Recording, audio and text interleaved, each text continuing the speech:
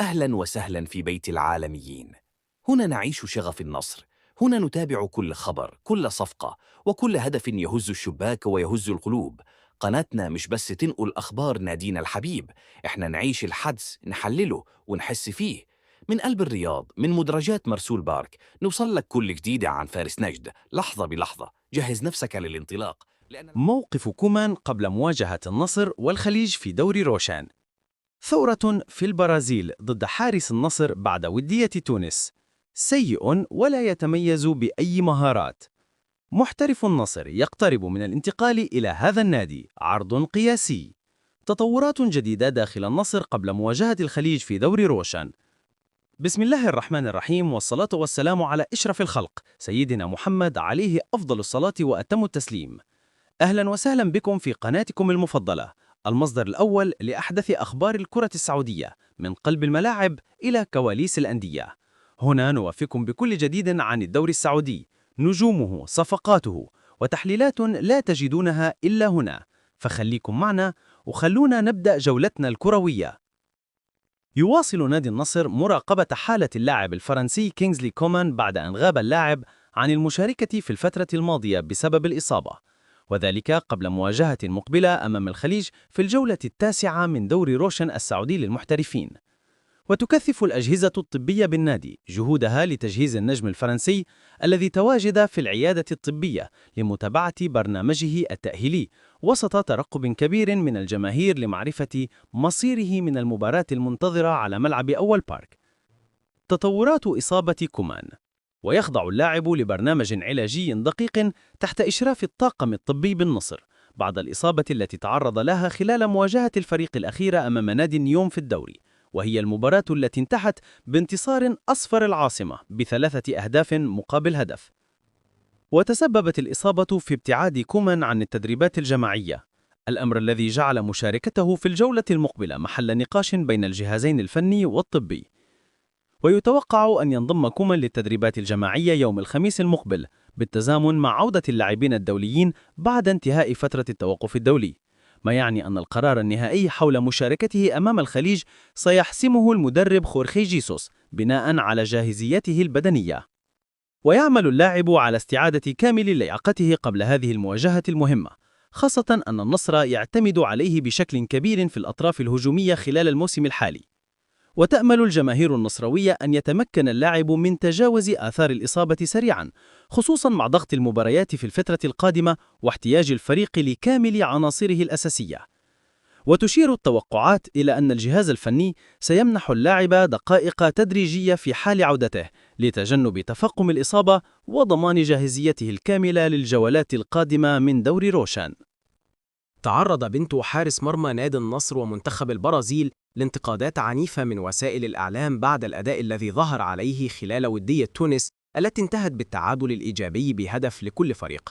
ويواجه الحارس البرازيلي نفس الانتقادات في السعودية من جانب جماهير النصر، حيث بات مستقبله محسوما بالرحيل عن صفوف العالمي في الميركاتو الشتوي بناء على توصية من المدرب البرتغالي خورخي خيسوس. وأشارت شبكة جلوبو لتقييمات لاعبي البرازيل خلال مواجهة تونس، حيث حصل بنتو تقييم ضعيف بالإضافة إلى استفسارات من جانب بعض الإعلاميين عن سبب استدعاء الحارس المحترف في النصر، خاصة أنه لا يقدم أداء يمنحه الثقة للتواجد وحجز مكان في كأس العالم.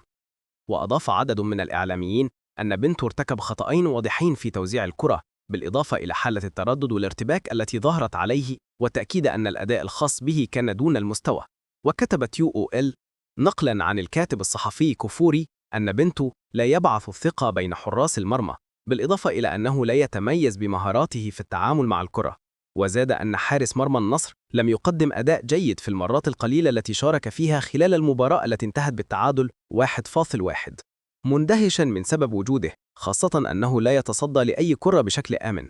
الصحفي البرازيلي وصل انتقاده العنيف لبنتو، حيث أكد أن جميع تصدياته سهلة وسيء في استخدام قدميه، وهو ما ظهر في بداية المباراة ضد.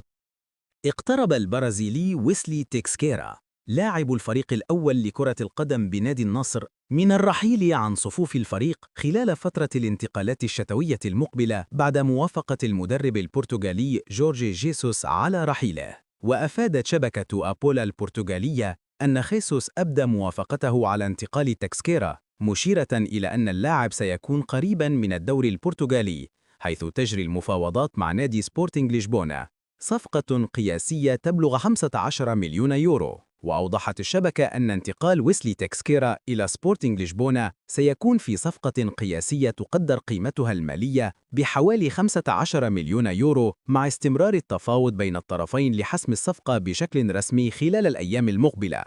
وأكدت التقارير الصحفية أن إدارة النصر مستعدة للتفاوض بشأن الصفقة في الوقت المناسب، مع الحفاظ على مصالح الفريق وضمان عدم التأثير على الأداء الجماعي قبل المباريات الحاسمة في الدوري.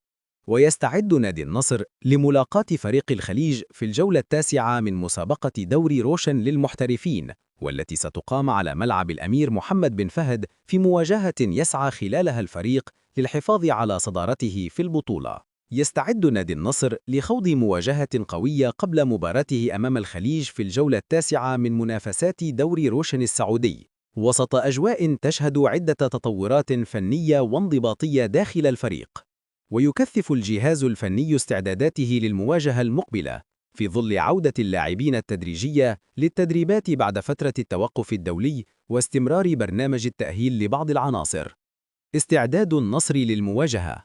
تتواصل تحضيرات الفريق الأول مساء اليوم عند الساعة 6، حيث يعود اللاعبون للركض مجدداً استعداداً لمواجهة الخليج الأحد المقبل على ملعب الأول بارك ضمن الجولة التاسعة. ويواصل الفرنسي كينغزلي كومان جلسات العلاج والتأهيل المكثف تمهيداً لدخوله التدريبات الجماعية فور اكتمال جاهزيته الطبية. وينتظر أن يلتحق معظم لاعبو النصر الدوليون بالتدريبات يوم الخميس بعد انتهاء التزاماتهم مع منتخباتهم الوطنية خلال فترة التوقف الحالية. وكما تحدد أن تغادر بعثة العالم إلى العاصمة الطاجيكستانية يوم الاثنين المقبل استعداداً لمواجهة الاستقلال الطاجيكي في دوري أبطال آسيا 2، وذلك وفق البرنامج المعد من الجهاز الإداري والفني.